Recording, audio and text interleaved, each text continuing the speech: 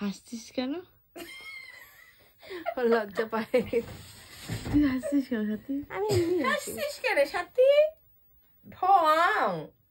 এমনই কপাল খারাপ যে বৃষ্টি হচ্ছে, এত ঘরে বসে বসে প্রজেক্টের কাজ বানাচ্ছি। Hello everyone, welcome back to my another blog. আমি মেকআপ আর্টিস্ট দিশানি বর্মন। আজকে চলে এসেছি, তার আগে একটা বলি, খুশির খবর নয়, আমার জন্য এটা দুঃখের খবর। সেটা হচ্ছে গত 27শে নভেম্বর আর 29শে নভেম্বর প্রচুর ছেলেমেয়ের বিয়ে রিসেপশন হয়ে গেছে, কিন্তু আমার একটাও বুকিং ছিল না। তো সেই দুঃখে আমি চলে এসেছি দিদি বাড়ি ব্যারাকপুর। তো এখানে এসে ভাবলাম মেলা হচ্ছে, দিদি বললো আয় ঘুরে যাবি। তো এসে দেখি এখানে রীতি মতন বৃষ্টি হচ্ছে। ওটা আমার এত খারাপ যে কি বলবো, পুরো বৃষ্টিতে একদম এখানে অবস্থা দেখো, না পাচ্ছি বেরোতে, না পাচ্ছি ঘুরতে। দিদি বলল এখন নাকি বৃষ্টি হচ্ছে, এভাবে তো কাদা হয়ে যাবে, মেলাতেও নাকি যাওয়া যাবে না। তোমরা দেখো, ছাদটা দেখলে বুঝতে পারবে কতটা ভিজে গেছে। আর আমার সাথে এসছে কে? সাথী। তো এখন আমরা যাব নিচে। তো এখন আমরা চলে এসেছিলাম দোতলার ছাদে, মানে 3 তলার উপরে। তো এতটা সিঁড়ি আমার যখন অতিক্রম করে ওই নিচে যেতে হবে। তো চলো তোমাদের সঙ্গে আলাপ করে দিই আমার দিদির সাথে। দিদি এখন রান্না করছে। দেখি কি রান্না করছিস, দেখি তোকে একটু দেখি না। দেখ, এটা হচ্ছে আমার ছোটদি, আমার মাস্তো তো দিদি হয়।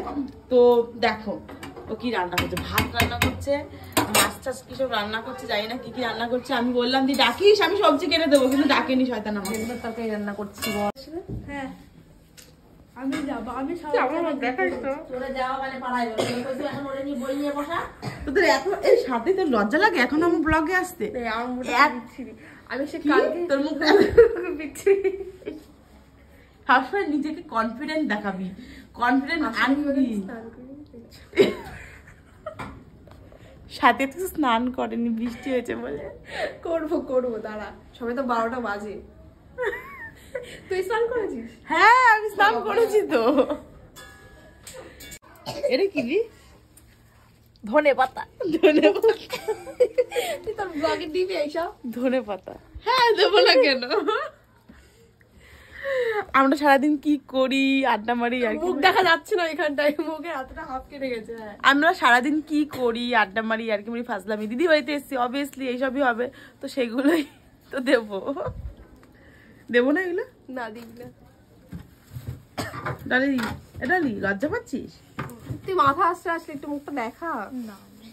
2 দিন পর পরীক্ষা। বলে। আর এই যে আমার দিদির ছেলে অর্ক মার খেলো একটু আগে, দিদি মারলো। কি রে, পড়তে বসবি না? কতদূর বললো তো রান্না? দেখ বেগুনের তরকারিটার কালার কি সুন্দর এসছে। আবার বললাম যে ওর তরকারি রান্নার কড়াইটা অনেকটা ছোট হয়ে গেছে। সত্যি তাই রে, খুব ছোট হয়ে গেছে কড়াইটা। তরকারিটা বেশি আর কড়াই ছোট। কি বললা দিয়া, তুই আমার মুখ দেখাস না, তুই তোর মুখটা দেখা। আমি অপসরা, তো আমাকে দেখলে সবাই পাগল হয়। অপসরা আমার দিদি, নিজেই বলে আমি অপসরা। সাগরিকা ভালোই করতে হয় না, পড়ার কত বাহানা বল। অল্প চলে গেল। হাসছিস কেন? লজ্জা পায়। তুই হাসছিস কেন সাথী? আমি হাসছিস কেন সাথী? দেখো দিদি বাড়িতে ঘুরতে এসছি, যে মেলা দেখতে যাব, আনন্দ করব, সেখানে এমনই কপাল খারাপ যে বৃষ্টি হচ্ছে, এত ঘরে বসে বসে প্রজেক্টের কাজ বানাচ্ছি, তাও আবার ডলির।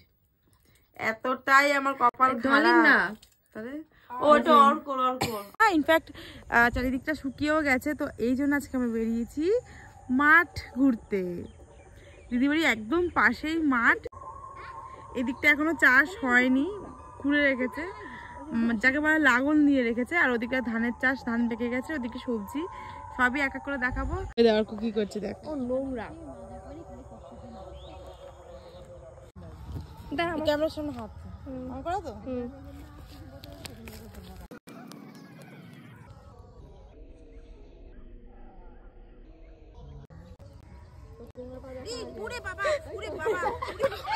এত পিঁপড়ে কামড়ে কামড়ে আমাদের একদম লাল করে দিল। শুধু তোরাই কামড়াই রে, আর তো কামড়ে কামড়ায় না। আমাকেই কামড়া, সত্যি তাই দেখছি। কেন গায়ের রক্ত মিষ্টি মিষ্টি?